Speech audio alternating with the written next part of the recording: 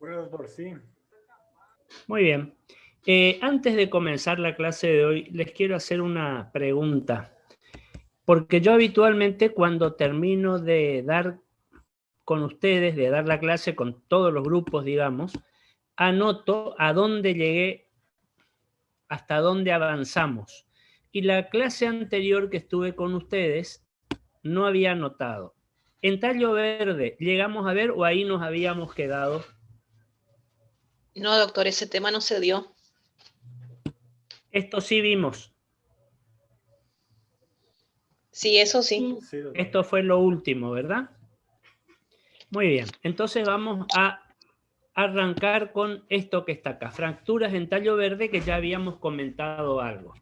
Antes de entrar al tema de hoy, recuerden que el martes próximo, martes 20, vamos a tener la segunda era. Si hubiera alguna duda, alguna pregunta que quieran hacer o lo que fuera respecto a ese tema, tenemos todavía el encuentro del lunes próximo. Así que el lunes próximo, cualquier duda la plantean, la hablamos, la aclaramos o lo que fuera, ¿de acuerdo? ¿En qué va a consistir la segunda era? Similar a la que habíamos tenido la vez anterior, la primera era. Van a ser preguntas con opciones múltiples de respuesta, multiple choice. Ustedes tendrán que elegir una respuesta, una va a ser solamente la correcta, de la misma manera que habíamos hecho la vez pasada, que anduvieron bien, digamos, se estuvo bien. Vamos a avanzar entonces ahora con nuestro tema de la evaluación imagenológica de las fracturas. Habíamos visto los distintos tipos de fracturas, de qué manera se podían producir, cuáles podían ser los mecanismos con que se producían, etc.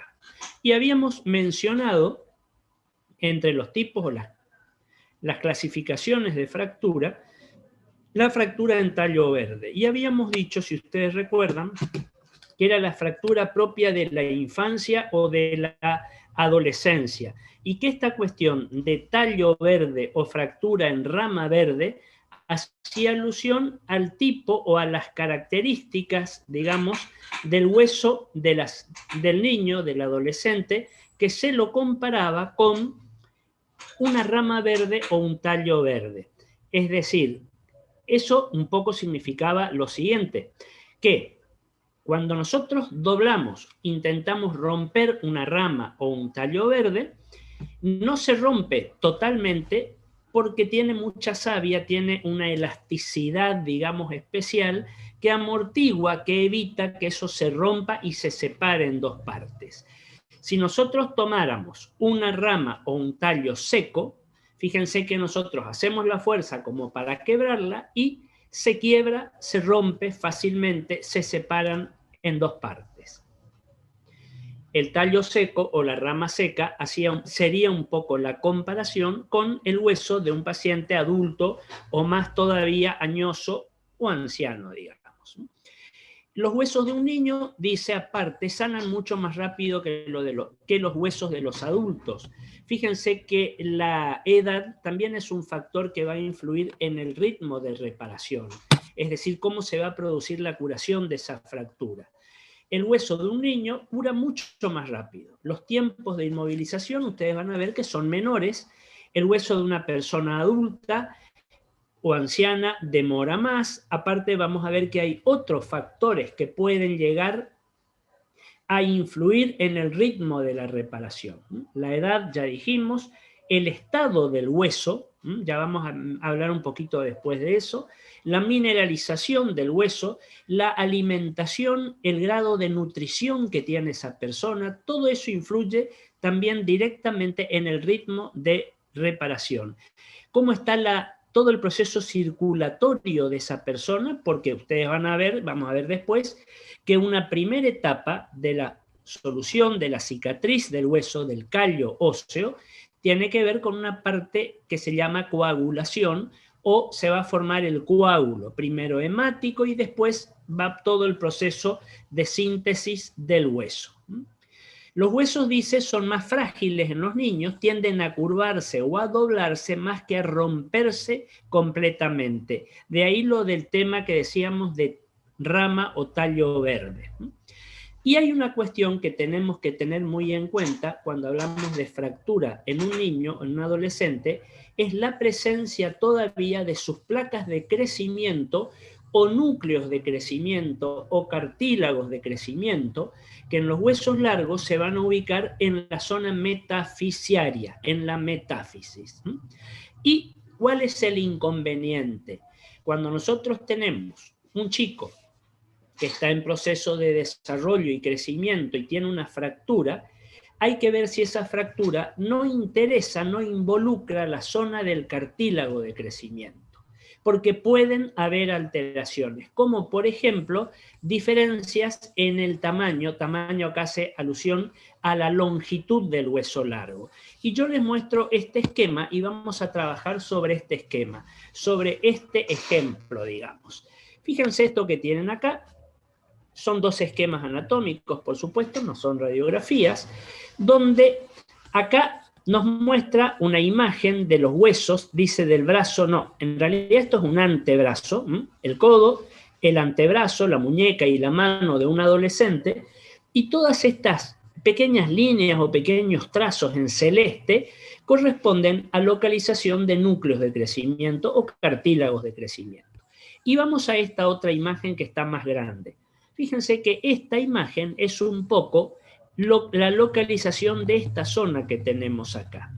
Y fíjense, tenemos los dos huesos del antebrazo, el radio, el cúbito, con sus cartílagos de crecimiento, su zona metafisiaria, y otros cartílagos de crecimiento que van a estar presentes en todos los huesos a este nivel. Y fíjense lo siguiente, me marca este trazo fracturario. Este chico tuvo un traumatismo donde me hace por acá una fractura en tallo verde. Fíjense cómo está ejemplificada. Esa fractura podríamos decir incompleta, donde el hueso se fractura, se rompe en parte, pero el trazo fracturario no es completo, nos separa el hueso en dos porciones. Habíamos dicho fracturas un tanto complicadas para observar, no siempre se las descubre con facilidad. Pero prestemos atención, por favor, a este trazo fracturario. Una fractura que va a darse, se va a proyectar a través de la placa de crecimiento. Fíjense que está como atravesando el cartílago de crecimiento. Esa es la fractura que tenemos que controlarla. ¿Por qué razón? Porque en su proceso de curación pueden suceder dos situaciones. O que la fractura no comprometa, no involucre al cartílago de crecimiento, entonces la fractura se solucionará, se producirá el callo óseo y el hueso seguirá creciendo y desarrollándose normalmente, sería lo ideal, o por el contrario, esa fractura puede involucrar y puede influir en la placa de crecimiento. Entonces, esa placa, ese cartílago de crecimiento, le puede llegar a pasar dos situaciones que son patológicas. O se va a generar una estimulación exagerada del cartílago y ese hueso va a crecer más de lo que debería crecer, hablamos siempre en longitud, o por el contrario, que es lo más raro, se puede frenar el crecimiento en longitud del hueso. Fíjense que esto se puede dar, lógicamente, piensen ustedes, tanto en los huesos del miembro superior como en los huesos del miembro inferior. El problema se va a plantear cuando esta complicación, que va a llevar como consecuencia a un acortamiento de miembro o a un aumento en la longitud del miembro, el problema va a estar cuando eso se dé en algún hueso largo del miembro inferior, ya sea el fémur o la tibia. ¿Por qué? Porque ese paciente va a quedar con un miembro inferior más largo o más corto que el otro. Eso, si vamos un poquito hacia arriba, va a producir un desnivel pelviano. Fíjense que nuestra pelvis es absolutamente simétrica. Nuestras dos hemipelvis son simétricas una en relación a la otra. Las dos crestas ilíacas van a estar a la misma altura. Eso nosotros lo podemos corroborar haciéndole al paciente una radiografía que va a llamarse radiografía de pelvis de frente nivelada. ¿Qué quiere decir nivelada? con el paciente parado, de pie y descalzo. Entonces vamos a ver, si las dos crestas ilíacas aparecen a la misma altura, a mí eso me está diciendo que es normal. Es decir, que los dos miembros inferiores van a tener la misma longitud. Ahora, si me aparece una cresta ilíaca más alta que la otra o una más baja que la otra, a eso lo vamos a llamar desnivel pelviano. Y a mí eso me está diciendo que hay una diferencia de longitud entre un miembro inferior y el otro. Dicho como por ahí lo decimos más vulgarmente, tiene una pierna más corta o más larga que la otra. ¿Cuál es el inconveniente?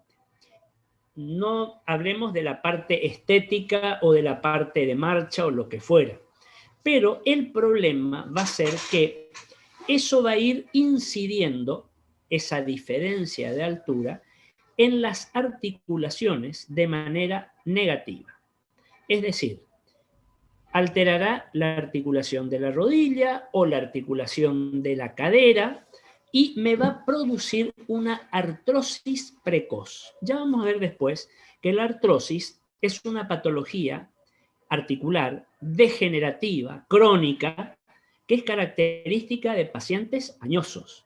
Pero en estos pacientes que tienen un miembro acortado o alargado, nos van a presentar artrosis a los 30 años o menos, porque hay un desgaste dinámico alterado, asimétrico entre un miembro y el otro. Eso me va a llevar, por ejemplo, a artrosis de la cadera, y eso se puede continuar, siempre va subiendo, por así decir, y me va a comprometer las articulaciones vertebrales, por ejemplo. Y ese chico me va a dar una artrosis a nivel de la columna vertebral. Entonces, hay que controlar el crecimiento de este miembro o de este hueso cuando una fractura lo involucra para tratar de diagnosticar lo más precozmente cuando se da esa diferencia, implementar medios correctores, plantillas, tacos, plataformas, soportes, lo que fuera. Hay que nivelar esa pelvis para que ese chico mantenga una postura, una marcha, una dinámica normal. Esto es lo que nosotros tenemos que conocer en relación a estas fracturas en tallo verde cuando están comprometiendo la zona de los cartílagos de crecimiento. Muy bien, fíjense que acá, por ejemplo, podemos tener o vamos a tener distintos tipos de fracturas, distintos tipos de trazos. Acá, en todos los casos, menos en este, por supuesto, en los otros tres, estamos trabajando como ejemplo sobre un fémur, el hueso largo por excelencia, el hueso más largo de todos los huesos de nuestro esqueleto.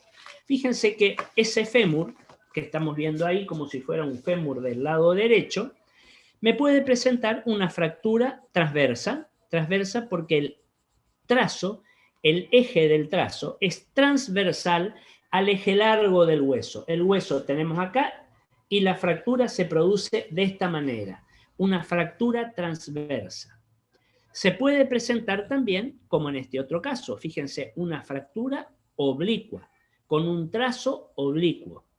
Me puede presentar este otro tipo de fractura que se llama fractura espiral o fractura espiroidea, como si fuera una espiral. Y fíjense, todo esto tiene que ver, observen el sentido de estas flechitas o de esta, eso tiene que ver con el mecanismo mediante el cual se produjo la fractura. Cómo actuaron las fuerzas traumáticas que ocasionaron la fractura. Cuando la fuerza traumática, a ver, acá hay una pregunta, ¿cómo saber si la placa fue comprometida? Radiografía, tomografía, se puede hacer radiografía haciendo una medición de ambos miembros inferiores con esa práctica que yo les dije recién, una radiografía de pelvis de frente nivelada, paciente de pie y descalzo, se hace una cuadrícula, no lo vamos a hacer acá porque eso es terreno del traumatólogo, del ortopedista, y una serie de angulaciones para medir si hay diferencias de altura, en centímetros, en milímetros o lo que fuera. ¿Se puede hacer también con tomografía computada? Sí, se puede llegar a producir también. Se puede hacer. Se pueden hacer también con dosajes de laboratorio de todo el metabolismo mineral de ese chico. Sí, también se puede hacer. ¿Se pueden hacer densitometrías óseas? También se pueden hacer. Es decir, hay una serie de estudios a través de los cuales se puede llegar a verificar. Yo les aclaro algo. La mayoría de las veces comienza cuando hay una sospecha clínica. Es decir, cuando nosotros, el padre, la madre o quien está cerca de ese chico, ve que el chico va teniendo una postura que no es normal. Es el chico que se para de costado, digamos. Se apoya mucho en un miembro inferior y el otro no tanto. Nos vamos a dar cuenta cuando lo vemos caminar a ese chico y levanta un pie antes que el otro cuando va a dar el paso. Muchas veces no termina de apoyar el talón, es como que caminara en punta de pies. Eso lo van a ver en traumato. Es decir, hay una serie de signos para saber si tenemos esa sospecha o no. Bueno, seguimos entonces con lo que les estaba diciendo. Perdón. Va a tener que ver, decíamos, con el mecanismo con el que se produjo la fractura, la fuerza traumática. Fíjense que en la fractura transversa en general tenemos el hueso largo así y el mecanismo es transversal, es decir, un traumatismo que entra perpendicular al eje largo del hueso. Es como si yo tomara el hueso y lo quiebro, intento romperlo, digamos. La fractura oblicua, fíjense, la fuerza es oblicua, es de abajo hacia arriba o de arriba hacia abajo, de adentro hacia afuera, etcétera, pero la fuerza viene en sentido oblicuo, así se produce el trazo. Y esta fractura espiroidea o espiral es característica cuando se dan, fíjense, fuerzas, miren las flechitas, fuerzas rotacionales encontradas. Es decir, el ejemplo más característico, piensen en una toalla mojada cuando queremos sacarle el agua, tomamos desde los dos extremos y torcemos en sentido inverso las dos manos. Bueno, ese es el mecanismo espiroideo. Es como si yo tomara ese fémur, en este caso, desde la rodilla, desde la cadera, y lo hago girar, lo hago rotar en sentido inverso. Se va a producir una fractura que tiene un trayecto justamente en espiral o espiroideo. Aunque nosotros en una radiografía, que ustedes saben, nos va a dar siempre una imagen plana, planimétrica, la vamos a ver como un trazo ligeramente oblicuo. Fracturas que en general también van a tener como complicación la desalineación del eje del hueso. Porque fíjense, estas dos fracturas que acá aparecen dibujadas, digamos, hipotéticamente, no hicieron perder al hueso su eje de alineación. No está desplazada la fractura. Habíamos comentado algo, decíamos, hacemos una radiografía por una supuesta fractura. Nuestra primera pregunta debe ser, ¿se fracturó? ¿Hay fractura o no? Decíamos, si la respuesta es no, listo, se terminó. Ahora, si la respuesta es afirmativa, sí hay fractura, bueno, la segunda pregunta que va a venir es, ¿está desplazada o no? Esta es una fractura que no está desplazada. El hueso se rompió, pero los dos cabos, fíjense, quedaron en su lugar, en oposición uno con otro. Esta, sin embargo, se rompió, es decir, ¿hay fractura? Sí. ¿Está desplazada? Sí. Fíjense cómo el eje largo del hueso perdió continuidad, hay como un resalto, como un escalón. Eso puede llegar a tener muy diferentes grados de desalineación o de desplazamientos. Son las fracturas que ustedes van a ver que muchas veces antes de inmovilizarlas hay que volver a poner a ese hueso en su lugar, en su eje. A eso lo vamos a llamar, vamos a reducir la fractura. Una vez que la fractura está reducida, maniobra clínica, maniobra quirúrgica, lo que fuera, recién ahí seguramente se procederá a la inmovilización. Si no hay inmovilización, se va a complicar el ritmo de la curación de la fractura. ¿Alguna pregunta hasta acá? ¿Algo que no haya quedado claro? Y vamos ahora a este otro tipo de fractura Digo otro tipo porque en realidad se da en otro tipo de hueso. Les aclaro, transversal, oblicua, espiral no son las únicas, hay otras más raras. Una fractura a lo largo, longitudinal, no tan frecuente, pero se puede dar. Y va a depender el trazo, el tipo de trazo de varios factores. Cómo vinieron las fuerzas traumáticas y, muy importante, cuál es la arquitectura, cuál es el diseño de ese hueso. Un hueso largo no se rompe igual que un hueso plano. No se rompe igual que un hueso con una arquitectura diferente. Una vértebra, por ejemplo. El hueso coxal, por ejemplo. El omóplato, el temporal. Fíjense que son huesos que están como en una categoría de huesos distintos. Fíjense en este caso. Una columna vertebral. Esquemática, por supuesto. Y acá, en esta vértebra, a mí me dice, hay una fractura del cuerpo vertebral, de la región, de la porción anterior del cuerpo vertebral. Ahora, son fracturas que no siempre las vemos fácilmente. Yo siempre les doy una sugerencia a todos los alumnos. Cuando ustedes vean una radiografía o una tomografía o lo que fuera de una supuesta fractura, necesitamos sí o sí dos elementos que nos ayuden a diagnosticarla, a visualizarla. Primero, mirar esa imagen con una muy buena fuente de luz. No nos sirve ese negatoscopio que tiene un foquito que no se ve nada. No, una buena fuente de luz. Si pudiera ser luz blanca, mejor todavía. Y lo segundo que nos va a ayudar muchísimo, tener una lupa o una lente de aumento, porque por ahí las fracturas son chiquitas, se pierden en el entramado óseo y por ahí pasan desapercibidas sin diagnosticarse. Ahora, también tenemos que buscar qué signos directos o indirectos nos pueden hacer pensar en una fractura. El signo directo de una fractura es la solución de continuidad, como ustedes se imaginarán, lógicamente, es decir, se rompió el hueso y vemos que están separaditos los dos cabos. Vemos la fractura, la solución, el corte. Ahora, pueden haber, y vamos a ver algunos ejemplos, otras fracturas en otros tipos de huesos que nos van a dar signos indirectos. Este es uno, por ejemplo. Pues vamos a ver en casos. Fíjense que si yo comparo esta vértebra con esta otra de acá, son normales. Pero si yo estas dos las comparo con esta que está acá, yo encuentro una diferencia a nivel del cuerpo vertebral. ¿Y cuál es la diferencia? Porque esto que me aparece acá en negro me está marcando la lesión fracturaria. Yo les diría que la diferencia evidente es la disminución en la altura del cuerpo vertebral. Este cuerpo vertebral en su región anterior tiene esta altura, similar a esta otra, pero que no es igual a este otro. Fíjense cómo ahí está más bajo ese cuerpo vertebral.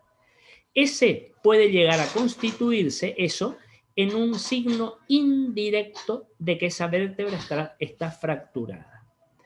Como si el cuerpo está aplastado. La vértebra, uno de los sitios más frecuentes donde se va a fracturar suele ser el cuerpo, también el pedículo, también las transversas. Va a depender fundamentalmente del mecanismo que produjo la fractura y de la fuerza traumática. Fíjense que en este caso, cuando nosotros vemos un cuerpo vertebral más bajo que los demás, hay que pensar en que esté por ahí metida o escondida una fractura transversa, es decir, una fractura horizontal, transversa al eje largo o a la altura del cuerpo vertebral. También se suelen llamar fracturas por aplastamiento. La vértebra, el cuerpo, se rompió y se impactó, se aplastó, se encajó una parte con la otra. Signo indirecto. ¿Qué otro signo indirecto nos puede hacer pensar en una posible fractura de cuerpo vertebral? Cuando vemos que, no es este caso, que hay un cuerpo vertebral que está más ancho que los otros. Este tiene este ancho, este otro, pongamos, tiene este ancho, y este, supongamos que está mucho más ancho. ¿Por qué? puede tener una fractura vertical, es decir, que rompa, que fracture el cuerpo vertebral de arriba abajo y se separe un poco. Por ahí se va a ver la solución de continuidad en el medio. Entonces, esa vértebra más baja como esta, más ancha como la que yo les estoy comentando, pueden ser signos indirectos de que hay una fractura de cuerpo vertebral. Este tipo de fractura, como la que ustedes están viendo ahí, es muy frecuente o bastante característica en el paciente que tiene un traumatismo cuando va en automóvil. El paciente, no tanto el conductor, suele ser el acompañante, que, ojo, va con el cinturón de seguridad colocado. ¿Por qué razón? Fíjense que el cinturón de seguridad se coloca en bandolera. ¿Qué quiere decir en bandolera? Cruza del hombro derecho a la cadera izquierda o del hombro izquierdo a la cadera derecha, va cruzado como una banda. Cuando se produce un traumatismo, un choque automovilístico, las fuerzas que se dan dentro de ese auto, el choque generalmente suele ser frontal, puede ser lateral, bueno, hay un mecanismo de desaceleración brusca. Es decir, nosotros es como que vamos contra la parte anterior por el choque brusco y el cinturón de seguridad que nos va amarrando es como que nos tironea hacia atrás. Justamente para que, digamos, no golpeemos contra el vidrio, contra el tablero, lo que fuera. Hoy en día, con el hecho del airbag, es diferente. Pero hay un mecanismo de aceleración y desaceleración brusca. Ese ir para adelante bruscamente con el tirón del cinturón de seguridad. Fíjense que ese cinturón de seguridad que tiene colocado ese automovilista, como decíamos recién, en bandolera, la zona donde cruza el cinturón de seguridad, la columna por delante, suele ser a la altura de L1 o de L2 o de D12. Esas son las alturas. Entonces ahí se produce una fractura de cuerpo vertebral por la tracción brusca que ejerce el cinturón. Suelen ser estas vértebras que vemos, digamos, como aplastadas o como ensanchadas. Ese suele ser el mecanismo. Siempre cuando a nosotros nos llega un paciente traumatizado, fíjense que ayuda mucho el interrogatorio, es decir, conocer cómo fue el accidente, cómo fue el traumatismo, en qué posición estaba ese paciente en el momento de sufrir el accidente. Todos los datos que el paciente pueda dar van a sumar a la hora de determinar la fractura, sabiendo que hay una situación muy particular que la vamos a ver más adelante, más hacia el final, cuando veamos la parte de neuroradiología, la imagenología del sistema nervioso central, etcétera, que en los pacientes que tienen un traumatismo craneovertebral o craneomedular, lo que fuera, sobre todo en los pacientes que tienen accidentes automovilísticos, que pueden sufrir una conmoción, una contusión, lo que fuera, hay algo muy característico que es una pérdida momentánea de conocimiento, una amnesia momentánea. Algunos autores, sobre todo los que tienen un enfoque más psicoanalítico, nos hablan que eso suele ser un mecanismo propio de defensa de nosotros mismos para no acordarnos de un momento que fue muy traumático, para que no nos queden huellas, digamos, en la memoria. Es el caso característico, más de una vez ustedes habrán tenido la oportunidad de conocer a alguien, a lo mejor ustedes mismos, que han tenido un traumatismo, pero no, un choque, por ejemplo, pero no se acuerdan lo que pasó en el instante mismo del traumatismo. Se acuerdan hasta el instante anterior y después ya se acuerdan, por ejemplo, cuando estaban fuera del vehículo o los llevaban al hospital o lo que fuera. En ese caso, bueno, por supuesto, no se podrán recabar muchas veces datos de este tipo, pero los antecedentes en esta cuestión juegan un rol muy importante. ¿Alguna pregunta hasta acá? ¿Hay algo que quieran que vuelva a repetir o a aclarar, algo que no haya quedado claro, en fin? Fíjense que vamos a hablar de otras situaciones ahora también que tienen que ver con lo traumático, es decir, con la traumatología, con los accidentes, etcétera, pero no desde la fractura. Es decir, la consecuencia del traumatismo no es una fractura. Se pueden dar otras situaciones, pero no fracturas. Y vamos a ver, por ejemplo, esto que está acá, que va a ser, vamos a llamar diastasis. ¿Qué quiere decir diastasis? Cuando yo digo diastasis es como si dijera separación. Una diastasis es una separación. ¿Separación de qué? De dos superficies articulares en una articulación que no tiene movilidad. Las articulaciones que no tienen movilidad también se las denominan pasivas. Las articulaciones que tienen movilidad se denominan articulaciones activas, ¿de acuerdo? Entonces, fíjense en este caso. Un paciente, vamos a verlo primero al paciente. Esta fotografía del paciente de frente, que seguramente habrá tenido algún traumatismo de hombro. En este caso, la flecha nos muestra el hombro derecho, con secuelas, con dolor, por ahí no inmediato, ojo, va a la consulta, nos presenta ese dolor, nos comenta desde cuándo lo tiene, si hubo algún elemento que pudo haber desencadenado ese dolor, sobre todo algún antecedente traumático, por ahí no tan traumático, por ahí un mal movimiento, etcétera, y lo vamos a revisar al paciente. Ojo, focalizado en el hombro, en este caso, en este paciente, en el hombro derecho.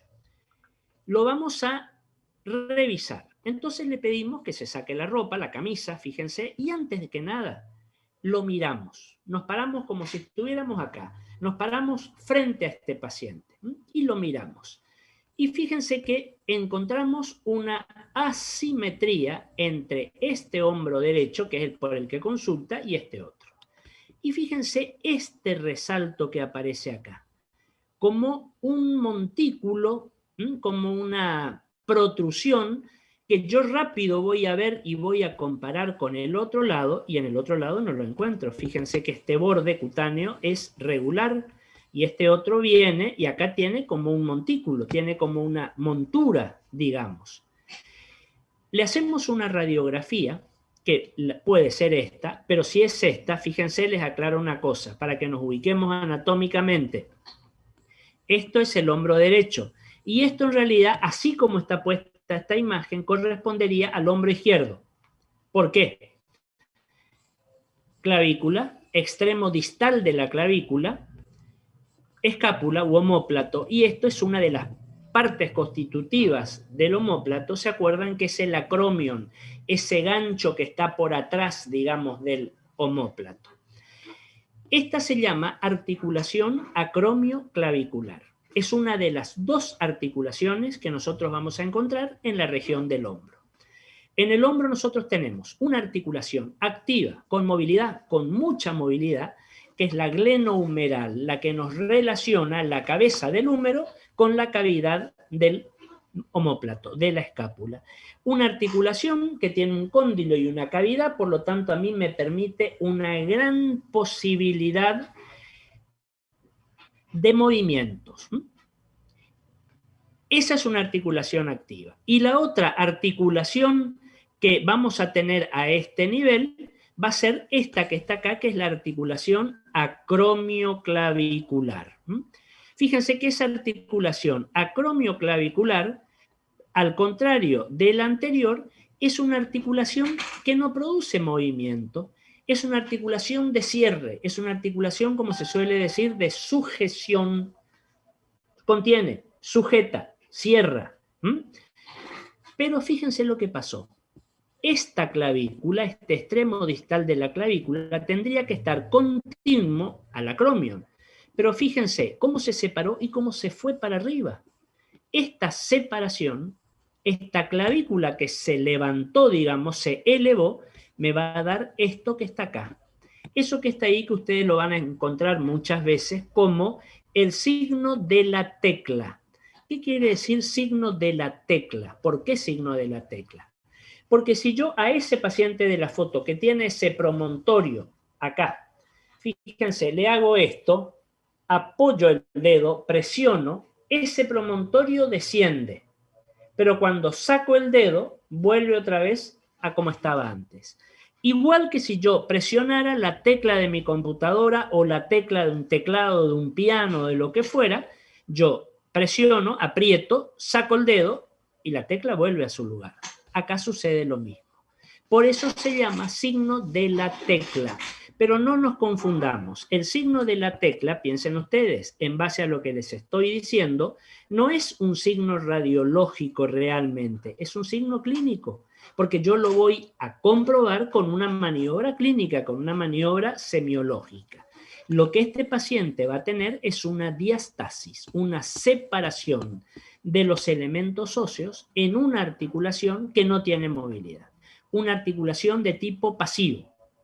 Si se separan las partes articulares, ya vamos a ver después otros casos, de una articulación con movilidad, ejemplo, el hombro, la cadera, la articulación temporomandibular, etc., eso no se va a llamar diastasis, eso se va a llamar luxación, que ya la vamos a ver un poquito más adelante. Se separan las partes óseas, pero en una articulación con movilidad. ¿De acuerdo? Eso es lo que diferencia una diastasis de una luxación. ¿Alguna pregunta hasta acá?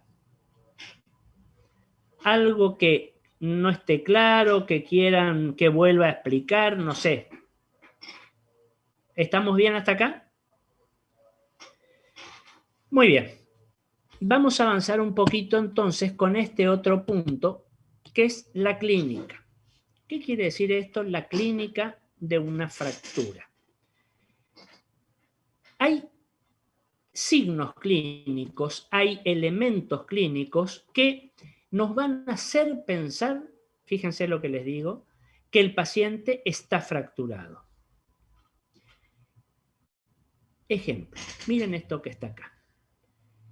Este paciente a mí me va a consultar por un traumatismo, no siempre muy severo, muy llamativo, pero con una característica. Es un paciente añoso, generalmente una paciente añosa, es decir, un tipo de fractura que se debe dar, que se suele dar más en una mujer que en el varón, que es la mal llamada fractura de cadera, que más de una vez lo habrán escuchado nombrar. ¿Por qué razón? Una paciente que no tiene un traumatismo muy significativo, por ahí un movimiento, una maniobra totalmente habitual, subir una escalera, bajar un escalón, tropezarse y caerse, tropezarse al bajar el cordón, el escalón de la vereda. Fíjense que si seguramente a cualquiera de nosotros nos pasa algo así, bueno, nos levantamos y seguimos caminando. A esta paciente eso le cuesta una fractura de cadera. En realidad, piensen algo, mal llamada fractura de cadera. ¿Por qué les digo mal llamada? Porque la cadera no se rompe, obviamente. Lo que se rompe es el hueso. La cadera es una articulación, la coxofemoral, se va a romper el hueso. ¿Qué hueso es el que generalmente se suele romper? El fémur. ¿Qué parte del fémur? La parte crítica, el cuello femoral. Fíjense que hay un estudio que habrán escuchado hablar que se llama densitometría ósea, que si yo desarmo estas palabras densitometría ósea, estoy diciendo la medición o cómo medir la densidad del hueso. Frecuentemente se lo van a hacer o se lo vamos a indicar a las pacientes menopáusicas o posmenopáusicas, donde a esa edad se sufre un proceso, digamos, fisiológico de desmineralización postmenopáusica. ¿Cuáles son los huesos que se van a afectar en mayor medida con este proceso de desmineralización? La región pelviana. Dentro de la región pelviana, una articulación en particular, la articulación coxofemoral, la articulación de la cadera. Dentro de los huesos de la cadera, el coxal, el fémur, se compromete más el fémur. Y dentro del fémur, un sector anatómico en particular más débil, que es el cuello femoral. Esto que está acá es el cuello del fémur. Entonces, esta paciente tiene un traumatismo moderado o leve muchas veces y ahí quedó, no se levanta más. Tiene una fractura de cadera. Con una clínica muy particular.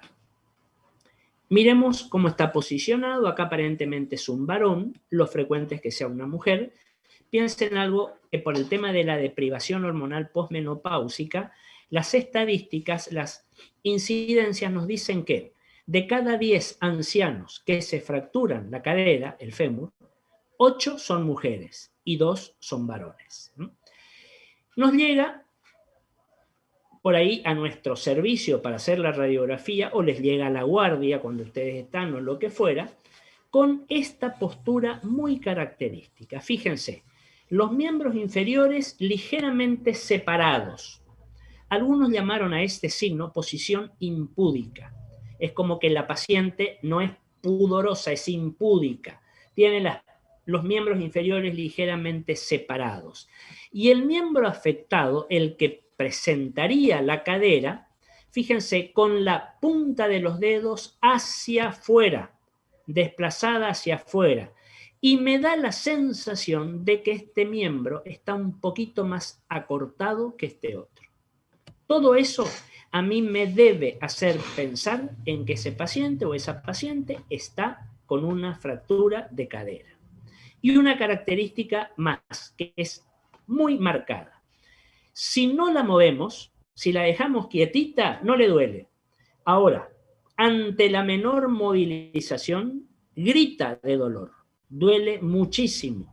Ojo cuando se la va a mover, cuando se la va a desplazar, cuando se la va a colocar en la cama, cuando se le va a colocar la chata para que orine o haga sus necesidades, por ejemplo. Con muchísimo cuidado, duele mucho. ¿Por qué duele tanto? Porque suele irritarse el ciático, el nervio ciático que está pasando muy cerquita. Entonces el dolor es intensísimo. Ustedes sabrán, la mayoría, por no decir siempre, la solución es quirúrgica. Hay que colocar una prótesis, hacer un reemplazo de ese fémur que se fracturó. Le hacemos la radiografía y me encuentro con esto. Nuevamente, esta radiografía no pertenecería a este paciente, o si no, se la subió acá al Power al revés, porque esta es la radiografía de una cadera derecha de frente. Y esta, teóricamente, estaría afectada a la cadera izquierda, lógicamente. Fíjense, acá tenemos el hueso coxal, la región isquiática, la cavidad articular, la cabeza femoral, el cuello, el fémur, el cuerpo del fémur. Trocánter mayor, hacia arriba y hacia afuera, prominente. Trocánter menor, hacia abajo y hacia adentro, más chiquito. Y acá fíjense lo que pasó. Está suelto. ¿Dónde está la fractura principal de este paciente o de esta paciente? En el cuello. Por ahí no vemos el trazo, por ahí no vemos la cabeza separada del cuello. Pero fíjense, presten atención a algo.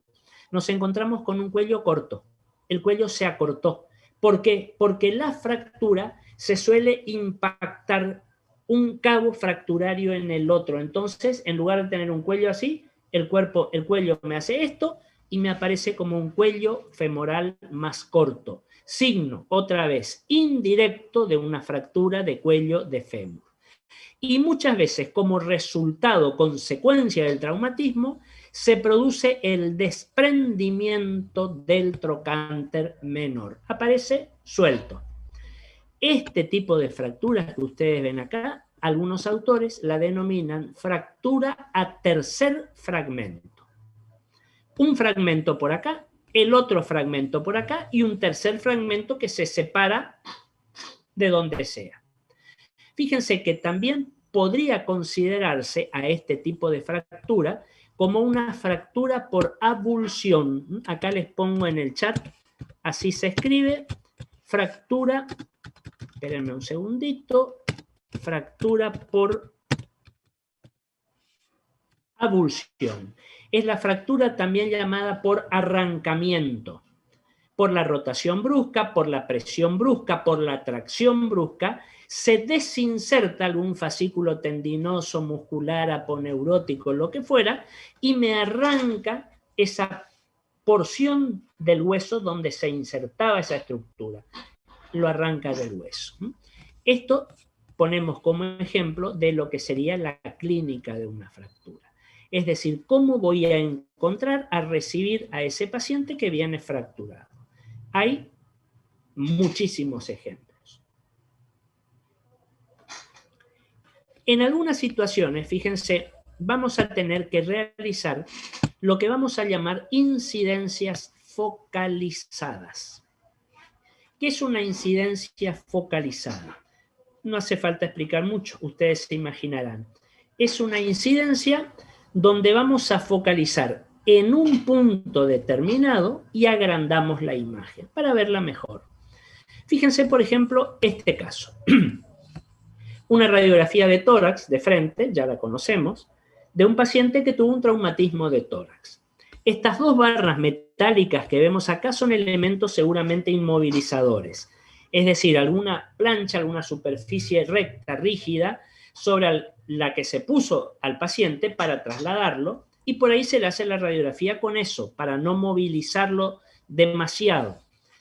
Me llama la atención, fíjense, la diferencia de densidades entre un emitórax y el otro.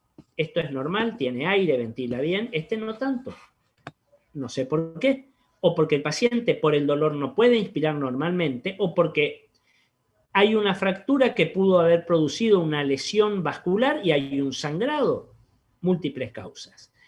Pero el paciente refería el dolor, el traumatismo a esta zona.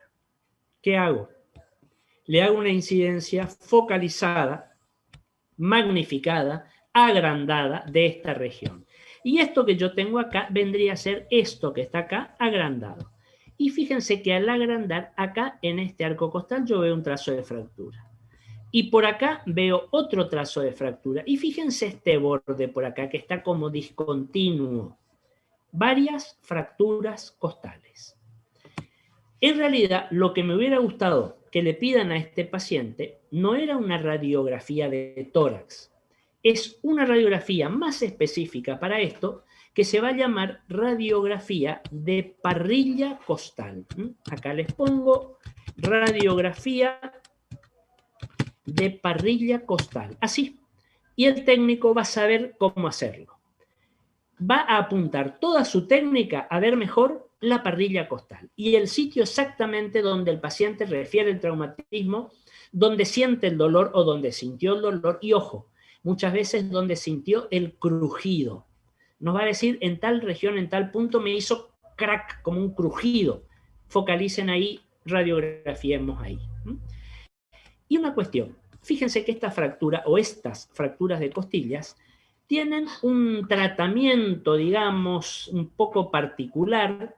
Por acá no corre tanto la inmovilización porque es bastante difícil.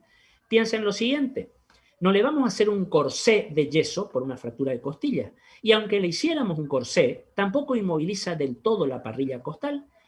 Naturalmente nuestra parrilla costal tiene continuamente movimientos. Piensen ustedes en algo muy elemental. Respiramos.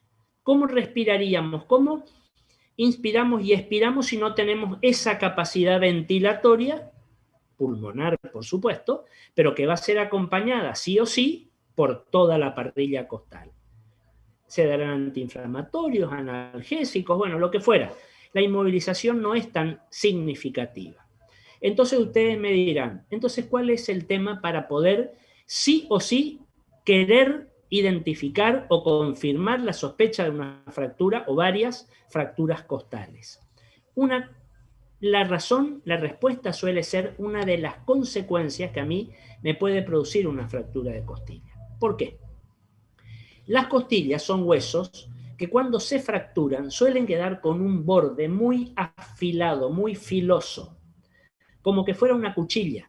Y piensen ustedes, tenemos el arco costal e inmediatamente por dentro, pegadita al arco costal está la pleura, la hoja parietal de la pleura. Cuando esa costilla se rompe y presenta un borde muy afilado, me puede romper, me puede cortar la pleura. ¿Qué va a pasar? Se me va a generar un neumotórax, porque hay aire de adentro del pulmón que va a salir al espacio pleural. Y en algunas situaciones ese neumotórax puede ser bastante importante. Entonces, fíjense cómo a partir de una o varias fracturas costales puede aparecer un neumotórax. Y ahí sí, ojo, yo necesito diagnosticar radiológicamente o tomográficamente o como pueda que el paciente tenga o no un neumotórax, porque tengo que actuar rápido. No puedo dejar que ese pulmón se siga colapsando. Recuerden cuando hablábamos de tórax y se me forme ese muñón, esa bolsita del pulmón sin aire, porque toda la funcionalidad ventilatoria del paciente se va a comprometer. Entonces, en este caso, la fractura no es el problema en sí, porque aparte ustedes van a ver, a lo mejor lo comprobaron, que la fractura costal consolida bien en general, es un hueso noble de la costilla, se cura y bastante rápido y hace un buen callo de fractura. El problema es lo que puede traer como complicación. ¿Alguna pregunta hasta acá? Les muestro un ejemplo más de incidencias focalizadas y después hacemos nuestro intervalo, nuestro recreo. También incidencias focalizadas. En este caso, lo que nosotros estamos viendo acá, para que nos ubiquemos, es una radiografía de la muñeca o carpo del lado derecho en proyección de frente. Del lado derecho, ¿por qué? Porque cuando vamos a radiografiar la mano y la muñeca, esa mano y esa muñeca se radiografían en pronación. Es decir, apoyando la palma de la mano sobre el chasis. Cuando tengo un traumatismo a nivel de la muñeca, ya les contesto, enseguida te contesto, Jonathan, un segundito. Cuando tengo un traumatismo a nivel del carpo, de la muñeca, piensen ustedes ligeramente en la anatomía de la muñeca. 8 huesitos a nivel de la muñeca. 4 en una fila proximal en relación al antebrazo. Estos 4 que están acá. Otros 4 en la fila distal en relación al metacarpo, a la región del metacarpo. Pero fíjense que en esta pequeña región de acá, nosotros vamos a tener 8 huesos en la muñeca, 2 huesos del antebrazo, son 10, 5 metacarpianos, 15 huesos. Fíjense que son 15 estructuras óseas que tienen que actuar muy aceitadamente, muy coordinadamente, porque nos permiten, siendo tantas piezas óseas, que nosotros hagamos todos los movimientos que realizamos con la muñeca. ¿Cuáles son los movimientos? Acuérdense de la mecánica que hablábamos de la columna. Fíjense, flexo, extensión, lateralización, rotación o giramiento. Los mismos movimientos de la columna los aplicábamos en el carpo, en la muñeca. De los huesos de la muñeca, en general, actúan en conjunto, cuando hay un traumatismo o fisiológicamente. Pero se dice, a modo de mnemotecnia, que hay 3 huesos en la muñeca, que solamente son 3, que van a tener patologías propias. ¿Cuáles son esas patologías propias? La mnemotecnia, el dicho, nos recuerda lo siguiente. El escafoides se rompe, el semilunar se luxa y el trapecio se artrosa. Les vuelvo a decir. El escafoides se rompe, el semilunar se luxa y el trapecio se artrosa. Vamos ahora a los huesos.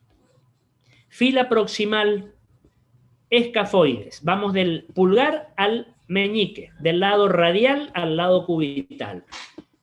Escafoides. Al lado, el semilunar. Al lado, hacia afuera, el piramidal. Y superpuesto, acá lo vemos, al piramidal, el pisiforme. Ese hueso chiquito que tiene forma de pez, por eso pisiforme. Vamos a la segunda fila, la fila distal, del lado radial al cubital. El trapecio, en relación al primer metacarpiano, muy importante la articulación trapecio-metacarpiana, trapecio, Segundo huesito, un tanto escondido, el trapezoide. Tercer hueso, el más grande de todos, el hueso grande del carpo. Cuarto hueso, hacia afuera por supuesto, el hueso ganchoso, porque tiene en su superficie como un gancho, por eso se llama ganchoso. Y decíamos, solamente 3 patologías propias. El escafoides, acá les muestro, se rompe, se fractura. Al lado, el semilunar se luxa, el trapecio se artrosa.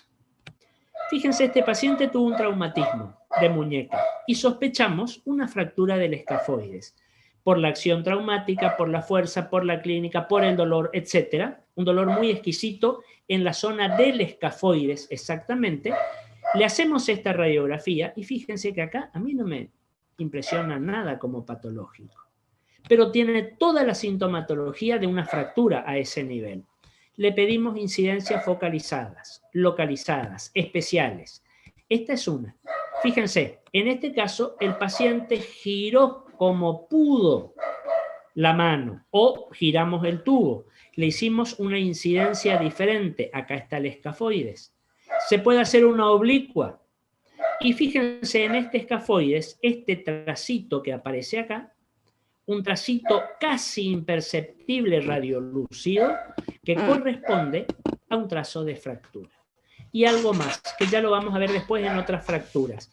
Fíjense este contorno del escafoides, este ángulo que me hace acá. Este ángulo no es normal. Ningún hueso de nuestro cuerpo en su contorno lateral tiene un ángulo tan marcado. Posición, incidencia focalizada específica para ver el escafoides. Ahora, fíjense otra cuestión. ¿Nos llama la impresión? El escafoide, sí, pero ¿es la única lesión? Ya con esto cortamos, vamos al recreo. ¿Es la única lesión? Fíjense si yo analizo hueso por hueso. Miren este quinto metacarpiano. Miren la base del quinto metacarpiano. Acá hay una fractura de la base del quinto metacarpiano, que quizás no tuvo tanta sintomatología, pero es mucho más evidente que la otra. Una fractura del escafoides, que acá la vemos bien, una fractura de la base del quinto metacarpiano. Y si ustedes van registrando todas las fracturas que vamos viendo, fíjense que no hay dos iguales. Cada hueso se rompe, como dicen algunos, como puede o como sabe romperse. Muy bien, antes de ir al recreo, les contesto una pregunta que quedó. Me la hizo Jonathan. Doctor, dice, no figura en el chat lo que digitó. No, lo que yo escribí fue esto, abulsión y parrilla. Ah, perdón, porque estaba en privado. Está bien, gracias por la aclaración. Un segundito, ya les pongo para todos. Lo que yo les puse fue lo siguiente. Esa fractura por arrancamiento es la que vamos a llamar también fractura por abulsión. Esa era una de las cuestiones que anoté en el chat. La otra fue, ¿qué le pido a un paciente que tiene un traumatismo costal o sospecho fracturas costales? Una radiografía de parrilla costal. Eso es lo que había escrito. Gracias, Jonathan. No me di cuenta que estaba dirigido a una sola alumna. ¿Se puede lesionar solo la pleura visceral y que no se produzca un neumotórax? Difícil. Porque cuando hay lesión pleural, lo más frecuente es que haya un neumotórax. Bueno, ¿alguna otra pregunta? O si no, vamos al intervalo, unos minutos de recreo y volvemos.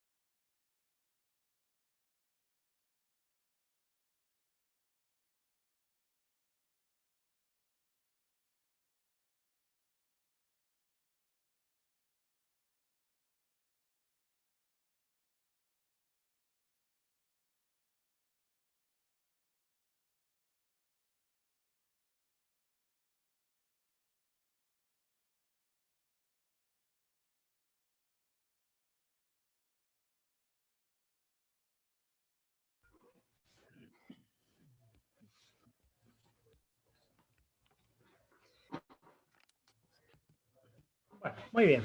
Vamos a continuar entonces. Vamos a ir viendo algunos otros tipos de fracturas, sumando a lo que ya fuimos observando. Fíjense esta imagen que yo les presento acá. Vamos a hablar un poquito de lo que es una fractura por estrés. ¿A qué se conoce como fractura por estrés? Cuando nosotros hablamos de una fractura por estrés, aclaramos algo.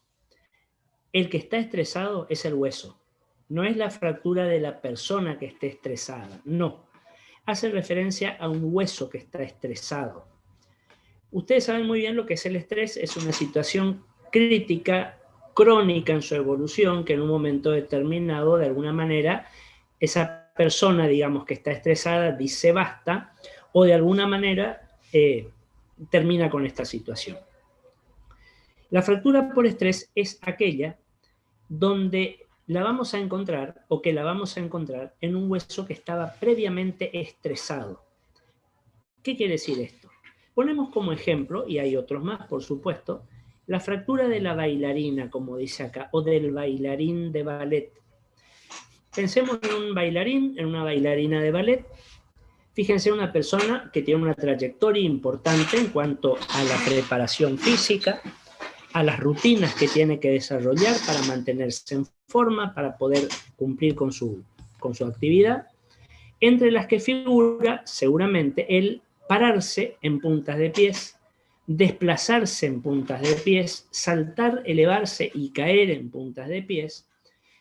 Una rutina que exige mucho de lo que se llama barra, donde la persona se va a sostener y va a hacer esa práctica de mantenerse o posicionarse de esa manera totalmente antinatural, porque el ser humano debe pararse por la bipedestación misma sobre los dos pies, pero apoyando todo el pie, apoyando la planta del pie. Y va a caminar, se va a desplazar apoyando el pie en 3 puntos alternados, distintos, uno después de otro. Cuando nosotros caminamos, cuando nosotros damos la pisada, apoyamos primero el talón, después apoyamos la planta, sobre todo el lado externo, si la persona no tuviera pie plano, y finalmente la punta de los dedos sobre las que se va a ejercer el impulso para levantar, para dar el pie, y el otro ya se acomoda. Y así sucesivamente.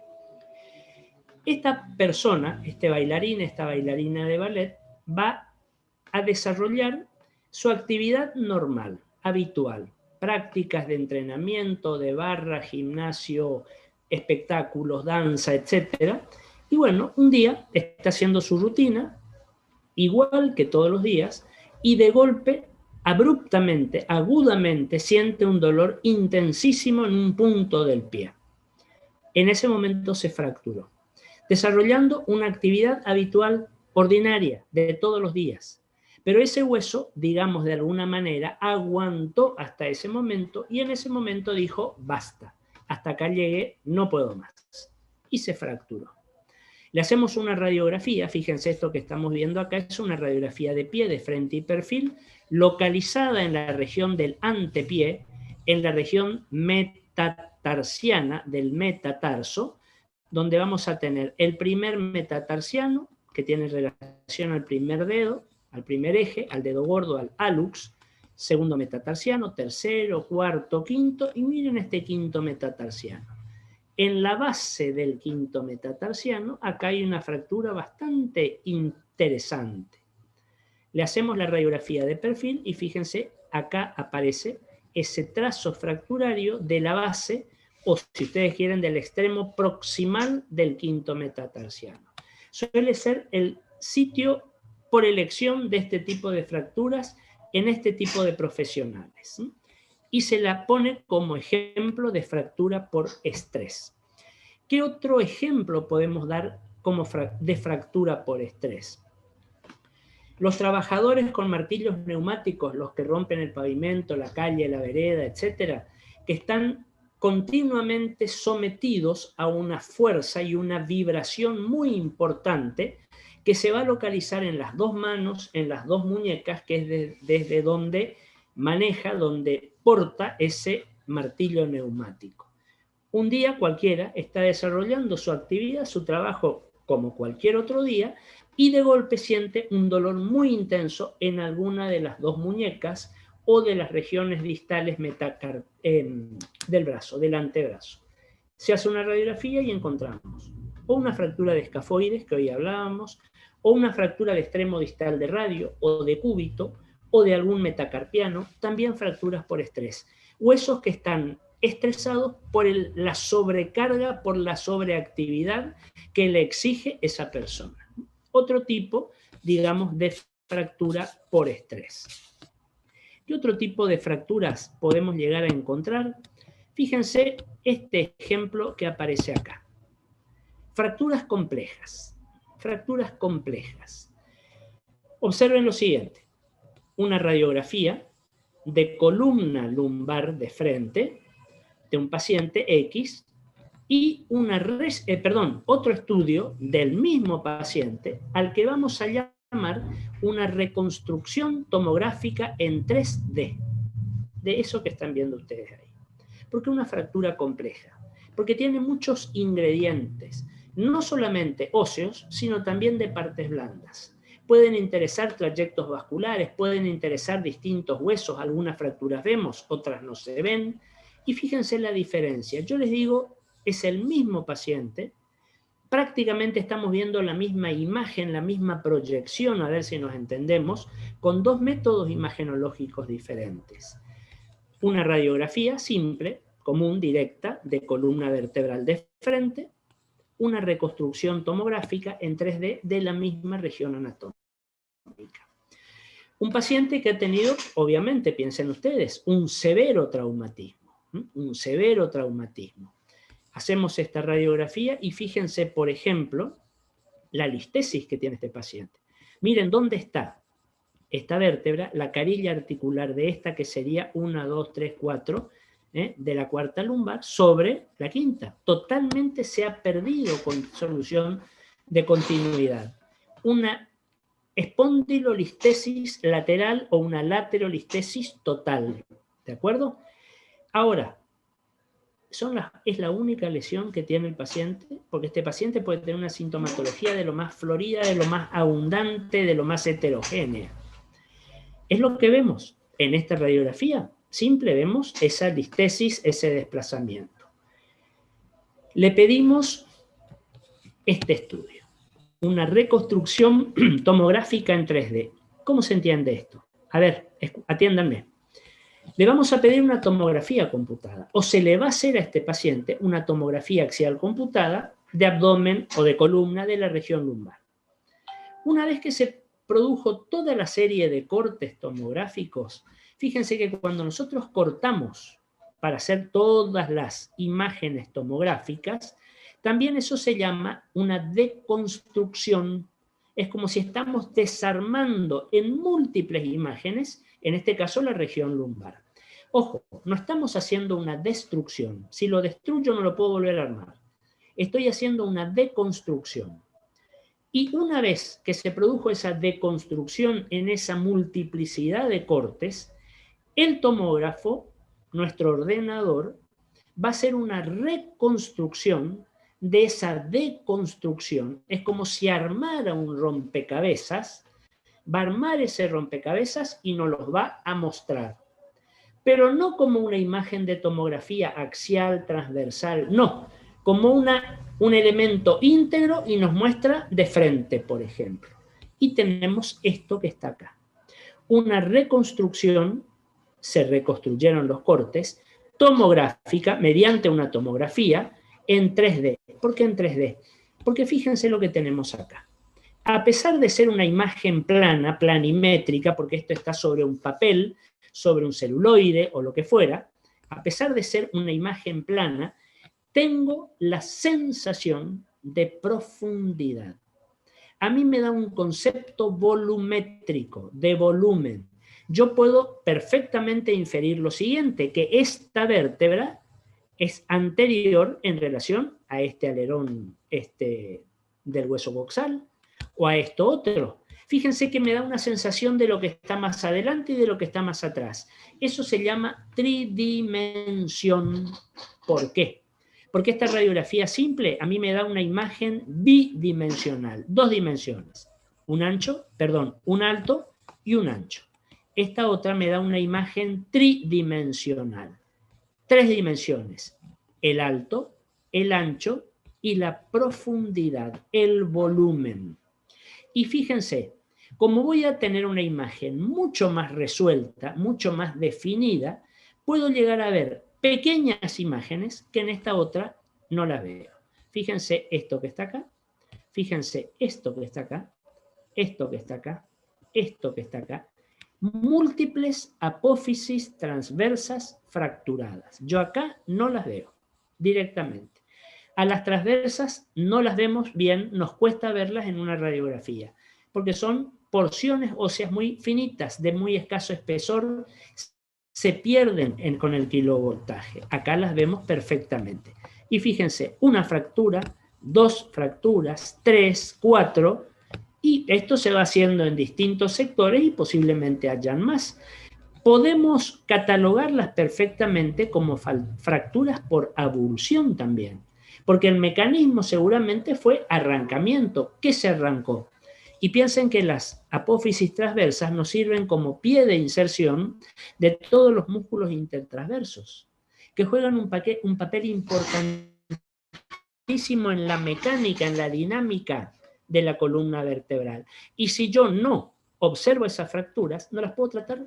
Y esto a mí me puede llevar a instalar un hematoma paravertebral, porque esto acá seguramente con tantas fracturas hubo derramamiento de sangre, hubieron hemorragias. Me puede producir un hematoma, y ese hematoma se me puede infectar y me puede dar un absceso. Y ese absceso me puede comprometer la columna. Y acuérdense lo que hablábamos la vez pasada en resonancia.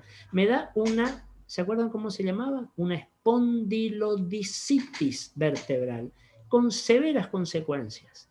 Entonces es muy importante diagnosticar precozmente para ya tener en mente qué se va a hacer.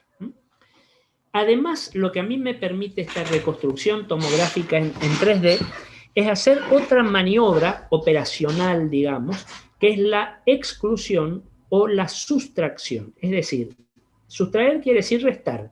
Saco, resto elementos anatómicos que no me sirven, que no los quiero ver y que me molestan en la imagen.